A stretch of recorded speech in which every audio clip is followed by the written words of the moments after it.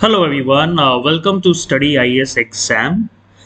In this series that we have started as a basic series, जिसको हम basic series का नाम दिया है, इसमें हम लोग रोज में होने वाले करंट अफेयर्स को काफ़ी आसान भाषा में समझेंगे। जैसे कि कुछ दिनों पहले अगर आपको पता हो कि अनियन प्राइसेस कोलैप्स कर गए थे, उनके प्राइसेस बहुत ज़्यादा कम हो गए थे, तो आज हम इसके बारे में पढ़ेंगे कि ये अनियन प्राइसेस इतने ज़्यादा कोलैप्स क्यों कर गए और फार्मर्स को ऐसा क्यों सिचुएशन उनके सामने आई। तो इस सब के बारे में हम अनियन प्राइसेस के बारे में आज बात करेंगे, कैसे अनियन प्राइसेस का सिस्टम चलता है, कैसे ये मार्केट में आते हैं, कैसे इनकी सेल होती है और कैसे क्या लिंक बनता है जिससे ये कोलैप्स और प्राइस राइज होता है। तो इस सीरीज का नाम हमने दिया है बेसिक सीरीज। तो इसमें आपको हर रोज किसी ना किसी इम्पॉर्टेंट करंट अफेयर्स पे बहुत ही आसान सिंपल लैंग्वेज में बेसिक्स हम लोग बताएंगे। Okay, so let's start. सबसे पहले हमको ये पता होना चाहिए कि हमारे कंट्री में अनियन सबसे ज़्यादा कहाँ पे उगाया जाता है। इसमें महाराष्ट्र का नाम सबसे ऊपर है, जहाँ पे अनियन 40% प्रोडक्शन पूरे कंट्री का महाराष्ट्र में होता है। उसके बाद अगर देखा जाए तो मध्य प्रदेश में 16 से 17% का अनियन प्रोडक्शन है, 16 to 17%। देन उसके बाद कर्नाटका, जिसमें 9 से 10% अनियन प्रोडक्शन होता है कंट्री का। फिर गुजरात में 6 से 7% और राजस्थान और बिहार 5 से 6%, दोनों का अलग अलग। तो ये लिस्ट है जिसमें अनियन प्रोडक्शन होता है। तो आप एक तरीके से देखें, महाराष्ट्र इसमें लीडर है अनियन प्रोडक्शन में। अब हम आ जाते हैं क्रॉपिंग पैटर्न में कि अनियन को किस तरीके से उसका क्रॉपिंग पैटर्न है। वैसे तो हम लोग को पता है कि हमारे कंट्री में मतलब खरीफ और राबी सीजन होता है और बीच में एक छोटा सा टाइम आता है जिसमें जायद सीजन होता है, जैसे वाटरमेलन, क्यूकम्बर और ये सब चीज़ें उसमें मिलती है। ये जो आपका अनियन का ग्रोथ पैटर्न होता है, ये 3 तरीके से होता है। इसमें पहला होता है खरीफ सीजन में इसकी प्लांटेशन होती है। उसके बाद एक और सीजन इसमें आता है जिसको कहते हैं लेट खरीफ सीजन, और उसके बाद आता है राबी सीजन। तो इसका 3 बार में पूरे साल में ट्रांसप्लांट किया जाता है और 3 बार इसको हार्वेस्ट किया जाता है। अब जैसे खरीफ सीजन का अगर देखा जाए तो पहले इसको ट्रांसप्लांट किया जाता है जून और जुलाई के मंथ में, और इसकी जो क्रॉप होती है उसको हार्वेस्ट किया जाता है सितंबर और अक्टूबर के टाइम पे। देन ये जो सितंबर और अक्टूबर का टाइम होता है उसमें ही ये लेट खरीफ वाली क्रॉप फिर इसको ट्रांसप्लांट करी जाती है, और इस लेट खरीफ क्रॉप को जनवरी और फरवरी में हार्वेस्ट किया जाता है। और फिर जो ये जो राबी क्रॉप होती है, राबी क्रॉप को ये लोग दिसंबर और जनवरी में ट्रांसप्लांट करते हैं और इसको हार्वेस्ट करते हैं मार्च और अप्रैल में। तो एक तरीके से देखा जाए ये जो 3 पैटर्न्स हैं, खरीफ, लेट खरीफ और राबी, इससे regular supply of the fresh onion बनी रहती है। Regular supply of the fresh onion बना रहता है क्योंकि हर बार किसी ना किसी सीजन का उसमें फ्रेश अनियन आ रहा होता है। अब ये देखिए, ये कुछ खरीफ क्रॉप होती हैं, ये राबी क्रॉप होती है। जैसे ये बस बताने के लिए हमने ये डाला हुआ है। जैसे आपका पैडी हुआ, पैडी जिसको राइस, जैसे राइस निकलता है। देन मेज, आपका भुट्टा, बाजरा, ज्वार, जो ज्वार और बाजरा है आपका, आप ये देखेंगे दिसंबर और विंटर सीजन्स में ये बहुत खाया जाता है। और राबी क्रॉप होती है जो आपके अक्टूबर, नवंबर, दिसंबर के टाइम पे इसको सो की जाती है, जैसे वीट है, बार्ले है, पीस है, ग्राम है, और इसको सो किया जाता है मार्च और अप्रैल के टाइम पे, होली के टाइम पे, होली के बाद के टाइम पे। ठीक है, तो ऐसे ही अनियन का 3 सीजन चलता है, kharif, late kharif and rabi. Okay, अब ये लिंक क्या है, तीनों सीजन का लिंक क्या है। अब जो क्रॉप हार्वेस्ट की जाती है वो एक ही बार में सारी मार्केट में नहीं डाली जाती। जैसे खरीफ क्रॉप, लेट खरीफ और राबी एक साथ नहीं आती है, तो ये आते हैं ट्रेंचेस में। जैसे कुछ महीने के लिए पहला क्रॉपिंग आ गया, फिर कुछ महीने के लिए दूसरा क्रॉपिंग आ गया, फिर कुछ महीने के लिए तीसरा क्रॉपिंग आ गया। तो ऐसे ये होता है कि रेगुलर सप्लाई भी बनी रहती है और उसके प्राइसेस भी मेंटेन रहते हैं।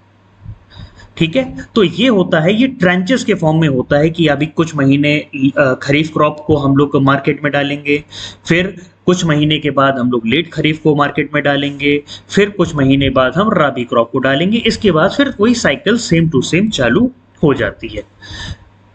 अब how it reaches the market, ये मार्केट पहुंचता कैसे है? देखिए, खरीफ अनियन जो होता है ये फरवरी तक मार्केट में पहुंचता है और रहता है, ठीक है, उस मार्केट में रहता है फरवरी तक, ठीक है।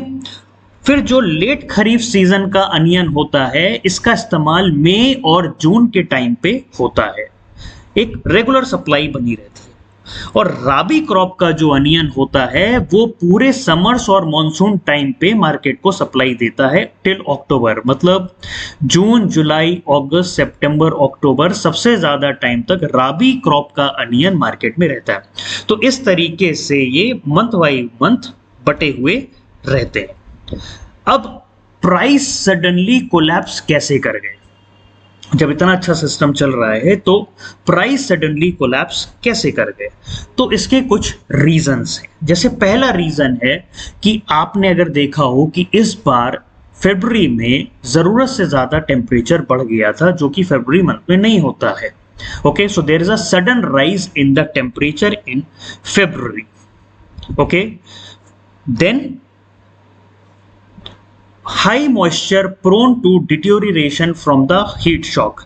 अब अनियन के अंदर हाई मॉइस्चर होता है और अगर बहुत ज़्यादा उसमें हीटिंग हो जाए या कुछ हो जाए तो उसको डिटोरिएशन, क्वालिटी उसकी खराब होने लगती है, और ये sudden rise in the temperature की वजह से होता है। वरना ये कुछ दिन तक और आप स्टोरेज में रख सकते हैं, लेकिन बहुत ज़्यादा गर्मी होने की वजह से वो गलने लगता है और सड़ने लगता है। उसके बाद जो बहुत जल्दी ये ड्राई करता है अनियन, उससे उसका जो बल्ब होता है वो शिवर कर जाता है, मतलब छोटा होने लग जाता है उसका बल्ब, मतलब जो उसको वो गोलाई देता है, वो जो देता है वो उसका पतला होने लग जाता है, उसके अनियन का शेप पूरा उसका खराब हो जाता है, अनियन की क्वालिटी गिर जाती है, अनियन का शेप गिर जाता है और अनियन मतलब उस क्वालिटी का नहीं रहता है फिर। और उसके बाद एक और मेन रीजन ये भी है कि इस साल मॉनसून अच्छा होने की वजह से और बहुत सारी जगहों पे अच्छे खासा इरिगेशन सप्लाई होने की वजह से ज़्यादा प्लांटेशन हुआ था, तो उसकी वजह से पिछली बार से ज़्यादा अनियन मार्केट में भी था। ओके, पहले तीन रीजंस जो हैं वो तो इस बार के वेदर पैटर्न्स की वजह से हैं, और ये जो नीचे वाला रीजन है, फोर्थ वाला रीजन, वाटर अवेलेबिलिटी और प्लांटेशन, ये एक स्ट्रक्चरल मेजर है जो कि होना भी चाहिए, एक अच्छी बात है, राइट। सो ये चार इंपॉर्टेंट रीजन है जिसकी वजह से अनियन प्राइसेस में इश्यूज आ गए। अब क्या हुआ ऐसा कि जो खरीफ सीजन की क्रॉप थी वो फरवरी तक आनी थी, जो आ रही थी, लेकिन क्या हुआ कि गर्मी बढ़ने की वजह से जो लेट खरीफ सीजन की भी क्रॉप थी वो भी खरीफ सीजन में आ गई सेल होने के लिए। तो इससे क्या हुआ कि एक ही समय पे दो सीजन की क्रॉप आ गई, क्योंकि जो लेट खरीफ थी वो स्टोर नहीं की जा सकती थी, क्योंकि वहीं तो वो सड़ जाती और गल जाती because of the high rise in the temperature.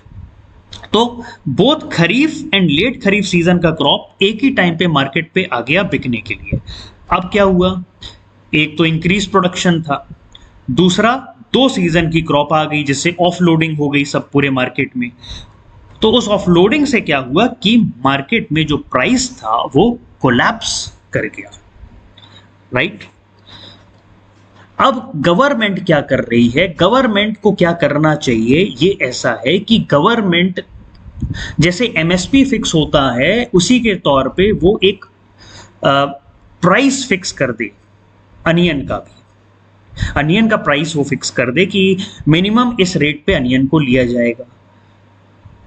फिर नफीद आपका natural agriculture cooperative marketing federation of India है, ये अपनी प्रोक्योरमेंट बढ़ाए जिससे कि उसका बफर स्टॉक बन जाए, और बफर स्टॉक होने से जब भी प्राइस राइज बढ़े या जो भी उसके प्रॉब्लम आए तो नफीद उसके मार्केट इंटरवेंशन करके उसको कंट्रोल कर ले। और हमको चाहिए better storage facility for future price control. So ये तीन चीजें हैं जिससे कि हम आगे होने वाले किसी भी प्राइस राइज या प्राइस कोलैप्स को बचा सकते हैं। अगर आपको अब इससे रिलेटेड कोई भी क्वेश्चन हो तो कमेंट बॉक्स में मेरे को प्लीज़ आप लिख दीजिएगा. I will be surely answering to your question. I will love to answer your question. And please subscribe to study IAS exam, क्योंकि अब हम इसमें हर ऑल्टरनेट डेज पे इम्पॉर्टेंट करंट अफेयर्स डालेंगे जो कि आपको बहुत ही आसान भाषा में एक्सप्लेन करेगा करंट अफेयर्स को, जिससे आपकी लॉजिकल रीजनिंग भी डेवलप होगी. So thank you so much, and please subscribe to this channel for further updates.